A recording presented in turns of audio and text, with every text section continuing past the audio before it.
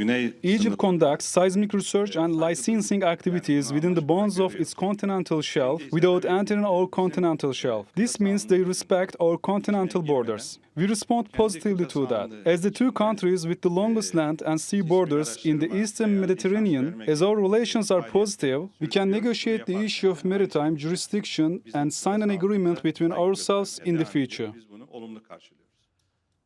Let's get some analysis on this story with Suha Cubukcuoglu, who's a member of the advisory board at Koç University Maritime Forum. Suha, welcome to the program. Listen, you need to give us a bit of background here, first of all, to help our viewers along.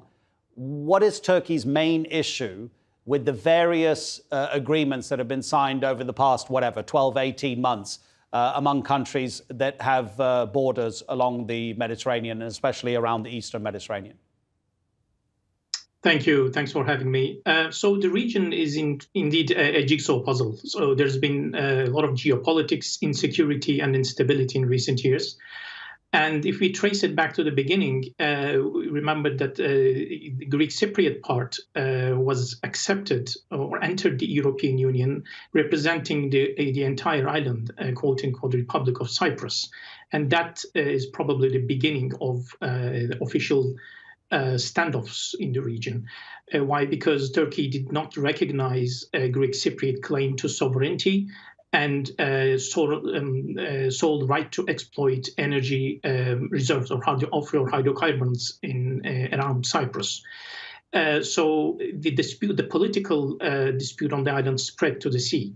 Now, fast forward to a few years ago, Turkey and Greece came to loggerheads because of a certain sense of disagreement around how to divide their maritime zones in the East Med. Now, these issues have been brewing up in the Aegean Sea over the past few decades. They've now spilled into the Eastern Mediterranean. Turkey has argued that, owing to geographic situation, the length of coastlines and equitability, that there should be a more sort of closer attention to rights of each party in the region.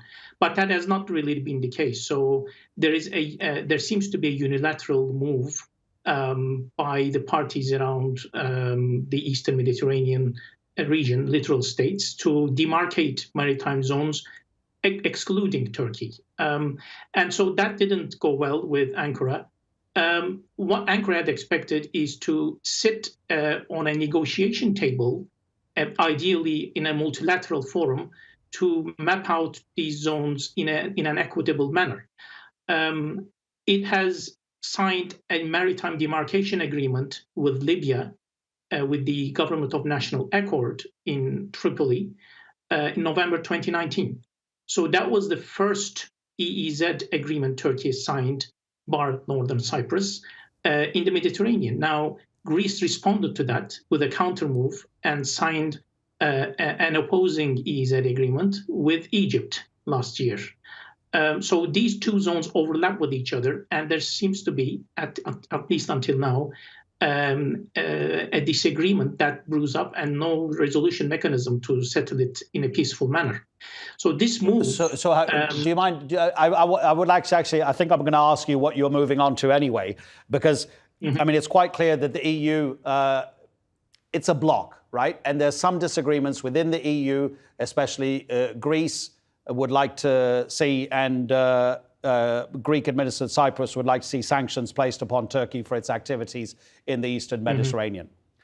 So how is a potential deal after negotiations, Mevlut Cavusoglu says Turkey might sign some kind of maritime agreement with Egypt. How could that counter the EU's position?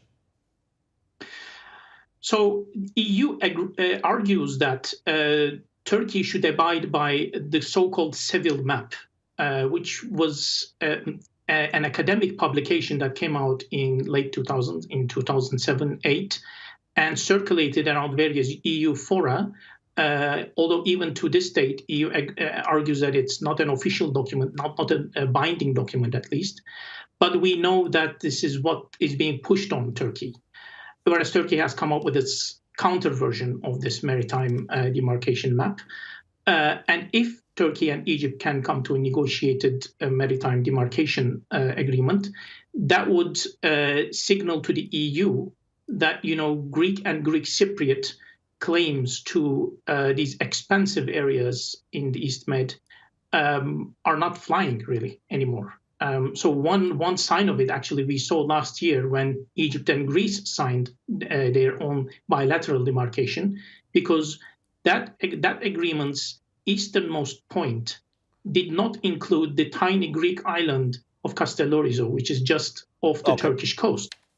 Yeah, okay. So Egypt, yeah. Okay, sorry, I'm really sorry, Suha. We have run out of time. Suha Cubukcuoglu from Koç University Maritime Forum. Always appreciate it. Thank you.